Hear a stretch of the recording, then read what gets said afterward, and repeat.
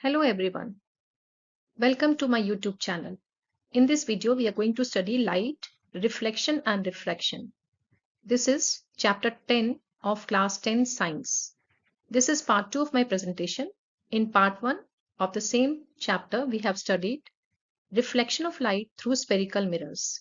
In this particular video, we are going to study refraction of light through a glass slab, laws of refraction, formation of images by convex and concave lenses, power of a lens, Cartesian sign convention, mirror and lens formula, and magnification. Let us see what is refraction of light. जब light दो different transparent medium से पास करती है तो ये bend हो जाती है. ये बेंड इसलिए होती है because speed of light is different in different medium. जब लाइट एक रेयरर मीडियम से जाती है तो वहां पर लाइट की स्पीड ज्यादा होती है. जब लाइट एक डेंसर मीडियम में जाती है तो लाइट की स्पीड कम होती है. इसी को समझने के लिए हम एक एक्टिविटी करते हैं जो 10th क्लास का प्रैक्टिकल भी है. Refraction of light through a glass slab. Glass slab is a solid cuboid. ये ऐसा ही होता है जैसे हमारे एक रूम की 4 वॉल्स है, एक रूफ है और एक फ्लोर है, and the walls are perpendicular to each other. हमने ग्लास स्लैब को एक शीट ऑफ पेपर के ऊपर रखा और पेंसिल से ग्लास स्लैब की बाउंड्री ड्रॉ कर ली. एक पर्टिकुलर एंगल पे जहां पर P एंड Q लिखा है, यहाँ पे हम 2 ऑल पिन्स इंसर्ट कर देंगे. P और Q के बीच का डिस्टेंस जो है कम से कम 1 सेंटीमीटर से ज्यादा हो और जो इसके बेसेस हैं वो एक दूसरे के पैरेलल हो, पिन्स टेढ़े मेढ़े ना लगे. दूसरी तरफ से हम जहां पे ऑब्जर्वर लिखा है, इस तरफ से ग्लास स्लैब में इन पिन्स की को लाइन में देखेंगे और जहां पे ये लाइन में हमें समझ में आते हैं यहाँ पर हम P डैश और Q डैश 2 पिन्स लगा लेंगे in line with the base of pins P and Q.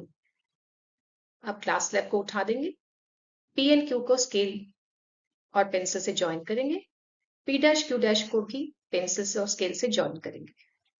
जहां पर P and Q glass slab और एयर इंटरफेस से टकराते हैं, उस पॉइंट पर हम एक परपेंडिकुलर ड्रॉ करेंगे जिसे हम नॉर्मल कहते हैं.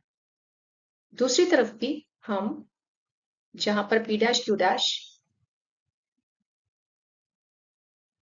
एयर और ग्लास इंटरफेस से टकराते हैं, वहां पर हम एक परपेंडिकुलर ड्रॉ करेंगे.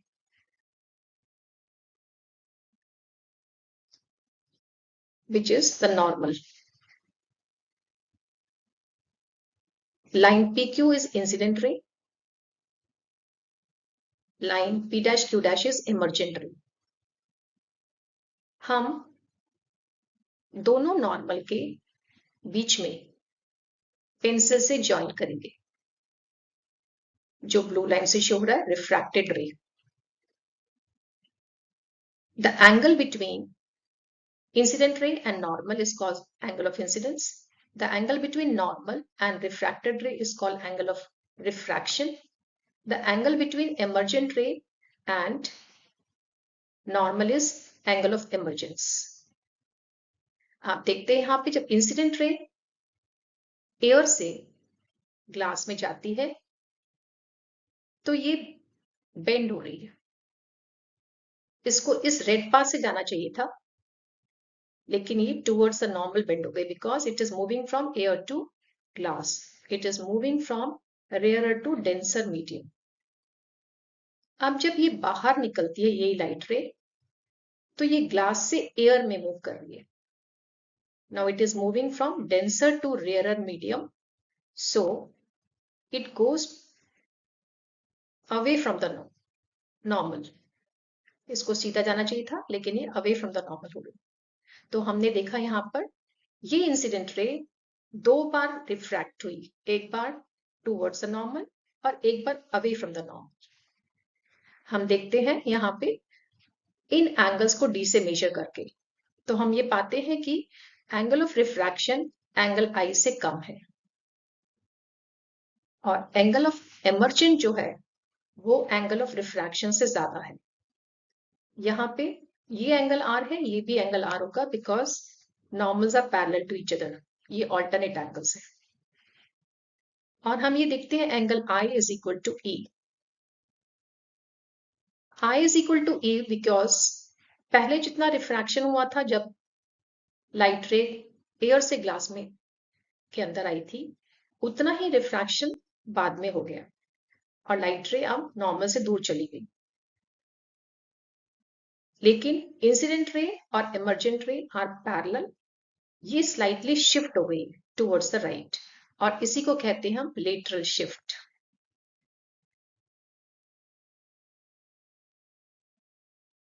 हमने देखा refraction of light is due to change in speed of light as it enters from one medium to another. The mediums are transparent. Refraction follows two laws. The first law is incident ray, the refracted ray, and normal to the interface of two transparent media at the point of incidence all lie in the same plane.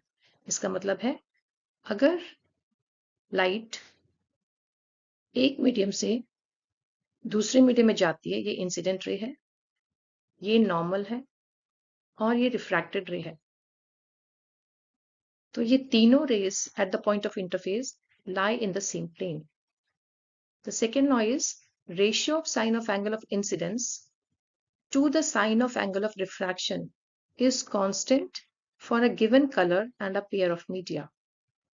इसका मतलब है अगर हम sin I angle of incidence को major करते हैं और उसकी साइन वैल्यू लेते हैं, अगर हम एंगल ऑफ रिफ्रैक्शन को मेजर करते हैं और उसकी साइन वैल्यू लेते हैं और दोनों का रेशियो निकालते हैं, तो सपोज ये एयर और ग्लास के लिए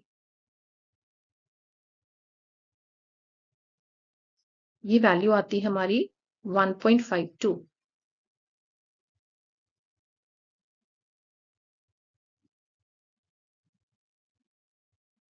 अब हम एक और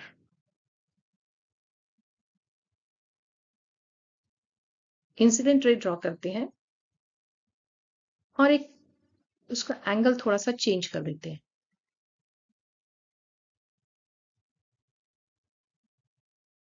विद नॉर्मल, तो ये हमारा एंगल ऑफ इंसिडेंस बना, ये हमारा रिफ्रैक्शन हुआ, इसमें ये एंगल ऑफ रिफ्रैक्शन बना। हम एंगल I और R को मेजर करके उसकी साइन वैल्यू का जब रेशियो निकालते हैं तो हम पाते हैं कि ये वैल्यू फिर से 1.52 आती है। तो ये एक पर्टिकुलर मीडियम के लिए ratio of sine I by sine R is constant और इसी लॉ को हम कहते हैं स्नेल्स लॉ। ये कांस्टेंट जो हमारा निकला, इस कांस्टेंट को कहते हैं हम रिफ्रैक्टिव इंडेक्स। सो अगर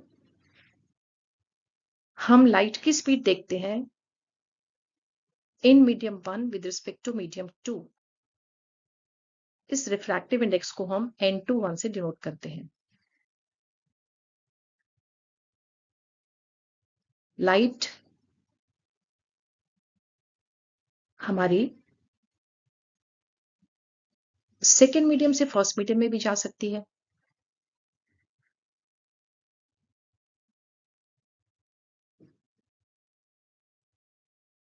यहां पर ये अवे फ्रॉम द नॉर्मल हो जाएगी।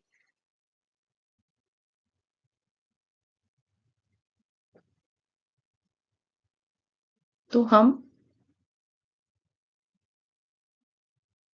Speed of light in medium 2 with respect to speed of light in medium 1 लेंगे और वहां पे हमारा रिफ्रैक्टिव इंडेक्स हो जाएगा n12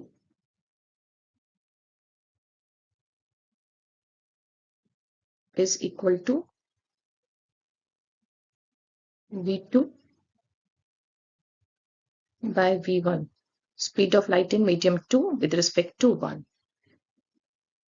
अगर हमारा मीडियम 1 वैक्यूम या एयर है जिसमें स्पीड ऑफ लाइट 3 × 10⁸ मीटर पर सेकेंड होता है, तब हमारे रिफ्रैक्टिव इंडेक्स का नाम हो जाता है एब्सोल्यूट रिफ्रैक्टिव इंडेक्स।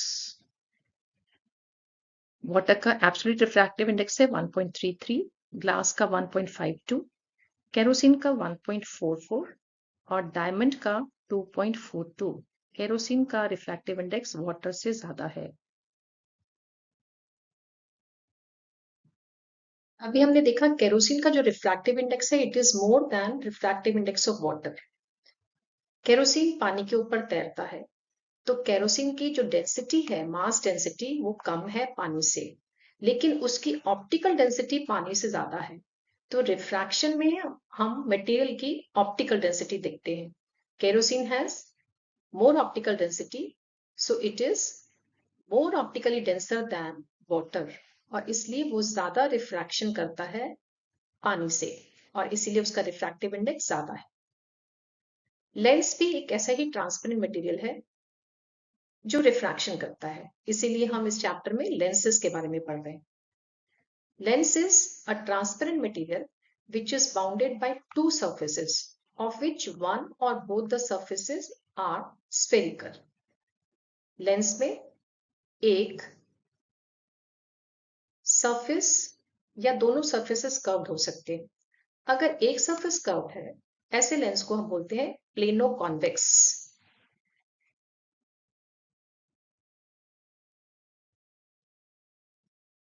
और अगर दोनों सरफेसेस कर्व्ड हैं, तो उसको हम बोलते हैं डबल कॉन्वेक्स और सिंपली कॉन्वेक्स। जैसे कि आप यहाँ पे देख सकते हैं, ये दोनों सरफेस जिसके कॉन्वेक्स हैं, बाहर को निकले हुए हैं, ये दो स्फीयर से मिलके बन रहा है। ये लेंस बीच में से मोटा है, इसको कन्वर्जिंग लेंस कहते हैं। जब लाइट रेस इसके ऊपर फॉल करती हैं, जो कि पैरेलल लाइट रेस हैं, जो इंफिनिटी से आती हैं, तो they converge and meet at the principal axis. ये मुड़ती हैं और प्रिंसिपल एक्सिस की तरफ आती हैं। कॉन्वेक्स लेंस भी एक ऐसा ही लेंस है जिसमें दोनों सरफेसेस या एक सरफेसेस केव लाइक होगा। अगर एक सरफेस केव लाइक है, तो उसको हम प्लेनो कॉनकेव बोलते हैं।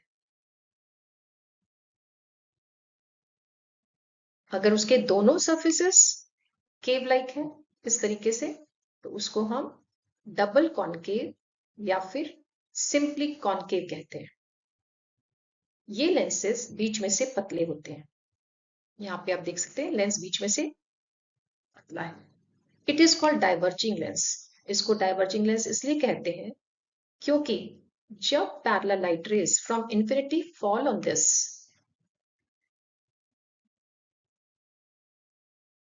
then these light rays diverge, they go away from the principal axis, और इसीलिए इसको डाइवर्जिंग कहा जाता है। हमें 10th क्लास में कॉन्वेक्स और कॉनकेव लेंसेज पढ़ने। कुछ इंपॉर्टेंट टर्म्स लाइट रिफ्रैक्शन से रिलेटेड हमने अपने पार्ट 1 वीडियो में पढ़ ली थी। कुछ और इंपॉर्टेंट टर्म्स है, उन्हें हम यहाँ पर देखते हैं। जैसे कि ऑप्टिकल सेंटर, ये लेंस जिसका अपर्चर इतना बड़ा है, उसका एग्जैक्ट सेंटर को हम ऑप्टिकल सेंटर कहते हैं। तो basically diameter of the lens का सेंटर पोर्शन को हम ऑप्टिकल सेंटर कहते हैं। यहाँ पर भी कॉनकेव लेंस में भी देख सकते हैं, ये अपर्चर है लेंस का, और इसका जो सेंटर है उसको हम ऑप्टिकल सेंटर कहते हैं। क्लास 10th में हमें ध्यान रखना है कि हमें हमारे जो लेंसेज हैं उनका aperture is less than its radius of curvature. That means the lenses are very, very thin. We have to follow these lenses for class 10th. जब लाइट रेस जो पैरेलल है, पैरेलल लाइट रेस कहां से आती है? Infinity से आती है। When they fall on the convex lens, lens क्या है? एक ट्रांसपेरेंट मीडियम है। अब मीडियम चेंज हुआ तो यहां पर ये लाइट रेस रिफ्रैक्ट होंगी, बेंड होंगी, and they come towards the principal axis. When they come towards the principal axis, they meet at a point. They cut the principal axis. जिस पॉइंट पे आके ये उसे काटती हैं, उस पॉइंट को हम फोकस कहते हैं। प्रिंसिपल एक्सिस क्या है? एक इमेजिनरी लाइन जो लेंस को दो बराबर हिस्सों में बांटती है। इस लेंस के क्योंकि दो कर्व सरफेसेस हैं, तो इसके दो सरफेसेस, दो फोकसेस होंगे। जब लाइट रे इस तरफ से आ रही है तो F2 फोकस है, जब लाइट रे इस तरफ से आएगी राइट साइड से तो इसका फोकस F1 हो जाएगा। इसी तरीके से कॉनकेव लेंस में जब parallel light rays from infinity fall on the lens, they diverge का मतलब they go away from the principal axis. अब ये प्रिंसिपल एक्सिस से दूर जा रहे हैं तो ये तो मीट नहीं करेंगी, इसलिए हम इनको पीछे की तरफ एक्सटेंड करते हैं इमेजिनरी लाइन से, और जहां पे ये प्रिंसिपल एक्सिस को काटते हैं यहाँ पे इसका फोकस बन जाता है। क्योंकि इस लेंस के भी दो कर्व सरफेसेस हैं तो इसके दो फोकसेस होंगे। अगर लाइट रे सामने से आ रही है तो उसी तरफ उसका फोकस है, अगर लाइट रे दूसरी तरफ से राइट साइड से आ रही है तो फोकस F2 हो जाएगा। तो lenses have two focuses and two center of curvatures. Lenses में इमेज फॉर्मेशन से उसके पहले हम उसके रूल्स जान लेते हैं। ये वही रूल्स हैं जो हमने मिरर्स में पढ़े थे। If a ray of light is coming parallel to the principal axis after refraction from convex or concave lenses, it will pass through the principal focus. अब ये light ray parallel to the principal axis आ रही है तो it will converge and meet at the focus. इसी तरीके से concave lens पे parallel to the principal axis it diverges, हमने पीछे एक्सटेंड किया, it cuts the principal axis at focus. Second law है if a ray of light is passing through principal focus it becomes parallel to the principal axis. अगर एक light रे focus से पास करती है तो वो प्रिंसिपल एक्सिस के पैरेलल हो जाती है। कॉनकेव लेंस पे भी देख सकते हैं लाइट रे जो उसके फोकस से पास कर रही थी प्रिंसिपल एक्सिस के पैरेलल हो गई। थर्ड लॉ है a ray of light passing through optical center go undeviated। जो लाइट रे ऑप्टिकल सेंटर से जाती है वो सीधी निकल जाती है बिना बेंडिंग के, कॉन्वेक्स लेंस में भी और कॉनकेव लेंस में भी, उसमें कोई डिविएशन नहीं होता है। रूल्स ऑफ इमेज फॉर्मेशन पढ़ने के बाद आइए देखते हैं इमेज फॉर्मेशन इन कॉन्वेक्स लेंसेज। हम ऑब्जेक्ट को अलग अलग पोजीशन पे रख के देखेंगे कि इमेज कैसी बनती है। First the position is object at infinity. तो जब हम ऑब्जेक्ट को इन्फिनिटी पे रखते हैं पैरेलल लाइट रेज आती है इन्फिनिटी से और वो लेंस से टकराने के बाद कन्वर्ज होती है, और जहां पे वो प्रिंसिपल एक्सिस को काटते हैं उसे हम बोलते हैं फोकस। यहाँ पर एकदम पॉइंट साइज इमेज बनती है, बहुत ही छोटी, F पे बनी है, and the image is real and inverted because it can be taken on a screen. Inverted का मतलब उल्टी, अगर ऑब्जेक्ट आप ऐसा है तो इमेज आपकी बनेगी ऐसी, but it is point size तो हम उसका इन्वर्शन नहीं देख सकते हैं। Second position is when the object is beyond 2F। 2F क्या होता है? 2F is basically C, centre of curvature. तो अगर हमने ऑब्जेक्ट को बियॉन्ड 2F रखा, हमें दो लाइट रेज लेनी है, parallel light ray parallel to the principal axis, वो फोकस से पास करेगी, और दूसरी लाइट रे जो ऑप्टिकल सेंटर से जाती है वो अनडिविएटेड जाती है। हमने अभी रूल्स में पढ़ा जहां पे दोनों लाइट रेज मीट करती हैं उसी पे हमारी इमेज बनती है, और ये इमेज होती है हमारी अगेन रियल एंड इन्वर्टेड क्योंकि it can be taken on a screen, और उल्टी इमेज बन रही है, छोटी बन रही है ऑब्जेक्ट से, and the position is between F and 2F। 2F is again C, center of curvature. Third position is when the object is at 2F. 2F मतलब C पर हमने ऑब्जेक्ट को रखा, पैरेलल लाइट रे ली, फोकस से पास करती है, दूसरी लाइट रे हमने ऑप्टिकल सेंटर से ली, ऑप्टिकल सेंटर से अनडिविएटेड लाइट रे जाती है, जहां पर दोनों लाइट रेज मीट करती है वहीं पर इमेज बनती है। इमेज का साइज है equal, it is again real and inverted because it can be taken on a screen, and at 2F or C. The next position is when the object is between F and 2F. हमने object को F और C के बीच में रखा, parallel light रे focus से पास की, दूसरी लाइट रे ऑप्टिकल सेंटर से पास की, ऑप्टिकल सेंटर से अनडिविएटेड जाती है, जहां पे दोनों लाइट रेज मीट करती है वहीं पर इमेज बनती है। हम देखते हैं इमेज का साइज बड़ा हो गया, the image is beyond 2F, C से दूर बन रही है इमेज, और रियल और इन्वर्टेड है, इसका मतलब स्क्रीन पर ली जा सकती है इसको। हमने देखा 2F के बाद जैसे जैसे ऑब्जेक्ट दूर जाएगा इमेज का साइज बड़ा होता जाएगा और इमेज लेंस से दूर होती जाएगी। अब हमने रखा ऑब्जेक्ट को F पर। जब हम ऑब्जेक्ट को F पर रखते हैं, पैरेलल लाइट रे फोकस से पास की और दूसरी लाइट रे ऑप्टिकल सेंटर से पास की अनडिविएटेड। ये लाइट रेस मीट नहीं कर रही, आगे जाके कहीं पर इन्फिनिटी पर जाकर मीट करेगी, वहीं पर इमेज बनेगी। तो image is very very large in size, बहुत बड़ी साइज की इमेज बनेगी। It is real and inverted because it can be taken on a screen. Last position है when the object is at F and O।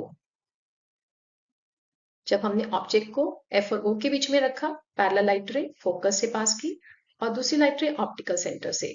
अब ये दो light rays फैल रही है, ये आपस में मीट नहीं कर रही राइट साइड पे, तो हमने इनको आगे की साइड एक्सटेंड किया, जहां पर ये मीट करती है वहीं पर इमेज बनेगी।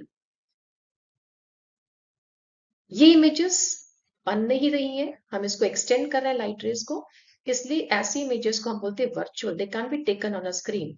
और वर्चुअल इमेजेस कैसी होती है? सीधी होती है, जैसा ऑब्जेक्ट होता है वैसी ही इमेज होती है, ऑब्जेक्ट से बड़ी इमेज बनती है and it is on the same side as the object. जिस तरफ ऑब्जेक्ट रखा गया उसी तरफ ये इमेज बन रही है। तो these images are virtual and एडिट। हमने इसमें देखा कि जैसे जैसे हम ऑब्जेक्ट को लेंस के पास लाते गए वैसे वैसे इमेज दूर होती गई और उसका साइज बड़ा होता चला गया। अब हम पढ़ते हैं image formation in concave lenses. Concave lenses are diverging lenses. The first position is when the object is at infinity. जब हम ऑब्जेक्ट को इंफिनिटी पे रखते हैं तो पैरेलल लाइट रेज आती है। Parallel light raise they strike the concave lens और ये डाइवर्जिंग लेंस है, तो लाइट रेज इससे दूर जाती है प्रिंसिपल एक्सिस से, तो ये आपस में मिलेंगी नहीं। इसलिए हम इनको पीछे की तरफ एक्सटेंड करते हैं, जहां पे प्रिंसिपल एक्सिस को काटते हैं वहीं पे इसका फोकस है। ये इमेजेस क्योंकि स्क्रीन पर नहीं ली जा सकती, इनको बोलते हैं वर्चुअल इमेजेस। ये सीधी इमेज बनेगी, पॉइंट साइज होगी एंड एट F। इसमें बाकी सारी पोजीशंस पे अगर हम ऑब्जेक्ट को इंफिनिटी और ऑप्टिकल सेंटर के बीच में कहीं पर भी रखते हैं, यहाँ पे हमने ऑप्टिकल सेंटर और इन्फिनिटी के बीच में एक ऑब्जेक्ट रखा, पैरेलल लाइट रे डाइवर्ज हो गई और एक लाइट रे को हमने ऑप्टिकल सेंटर से पास किया। जहां पर ये दोनों लाइट रेज मीट करती हैं, इस लाइट रे को हमने पीछे एक्सटेंड किया, तो जहां भी दोनों लाइट रेज मीट करती है वहीं पर इमेज बनती है। इस इमेज को हम स्क्रीन पर नहीं ले सकते, इसलिए ये इमेज है वर्चुअल। वर्चुअल इमेजेस सीधी होती है, इरेक्ट होती है, छोटी बनती है and between F and O बनेगी image.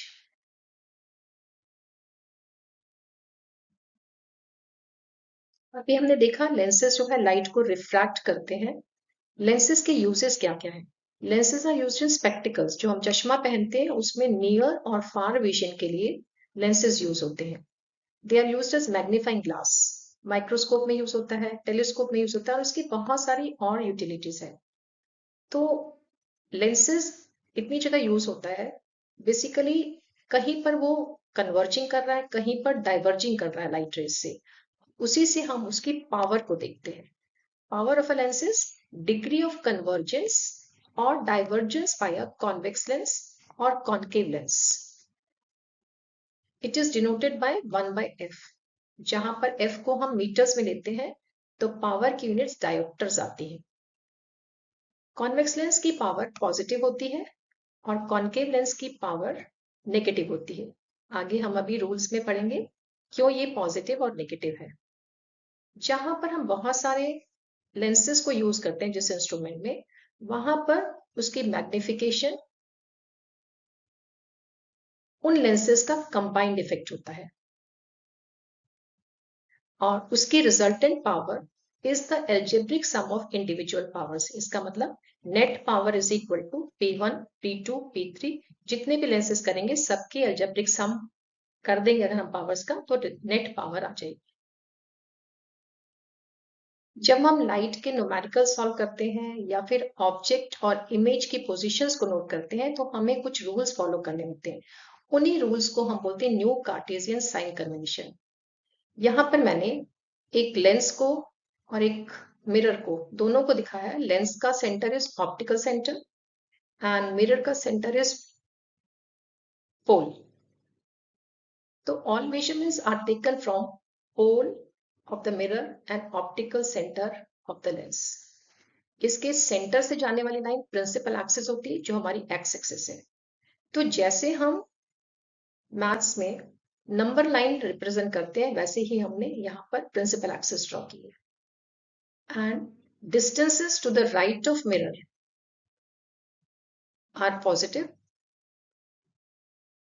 and distances to the left of mirror or lens is negative. Right में positive, left में negative. Distances perpendicular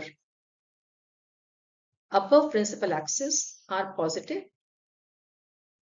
Height या ऊंचाई जो एक्सिस किसके परपेंडिकुलर है या वाई एक्सिस पर है उसको हमें पॉजिटिव लेना है, और प्रिंसिपल एक्सिस के परपेंडिकुलर जो हाइट है नीचे की तरफ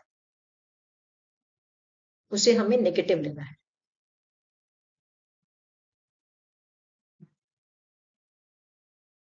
हमें सभी ऑब्जेक्ट्स को लेफ्ट में रखना है. जब भी हम ऑब्जेक्ट रखेंगे तो हमें ऑब्जेक्ट को लेफ्ट साइड पे रखना है. And object distance is represented by small u.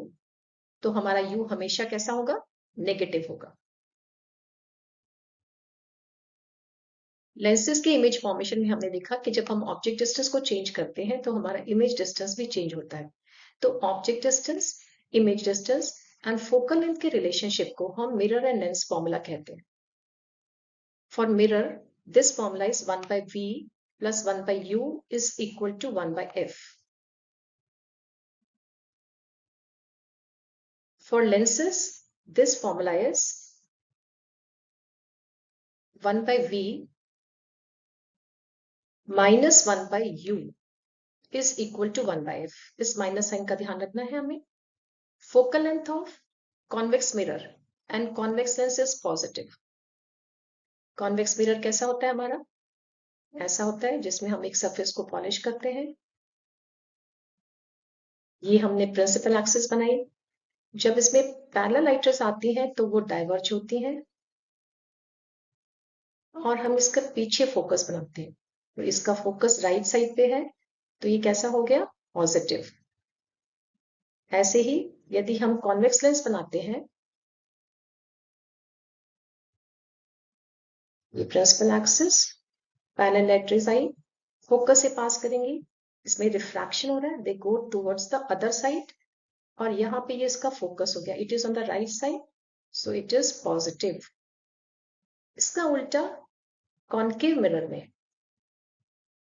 और कॉनकेव लेंस में the focal length is negative.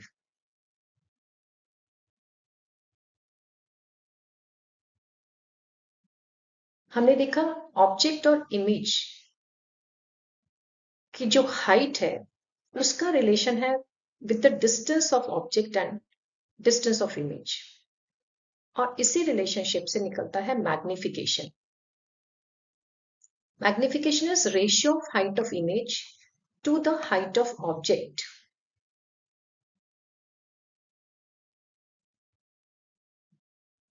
Height of image को हम h डैश से लेते हैं और हाइट ऑफ ऑब्जेक्ट को h से लेते हैं. For mirror it is equal to minus v by u. Minus v is image distance and u is object distance. Lenses में height of image, height of object, again the same relationship, but the formula is v by u. यहाँ पर minus sign नहीं है.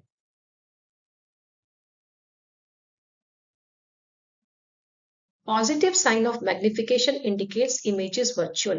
अगर हमारे magnification में plus value आई इसका मतलब इमेज कैसी है? वर्चुअल है. मैग्निफिकेशन अगर 1 आता है हाइट ऑफ इमेज और हाइट ऑफ ऑब्जेक्ट को डिवाइड करके, तो इसका मतलब ऑब्जेक्ट का साइज और इमेज का साइज इक्वल है.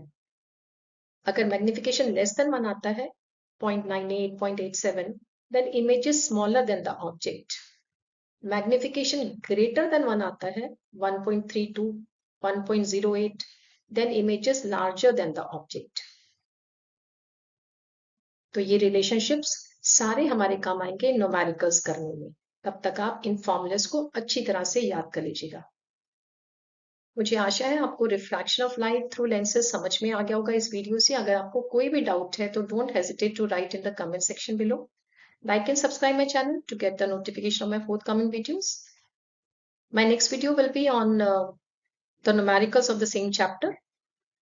Thank you for watching this video and have a nice day.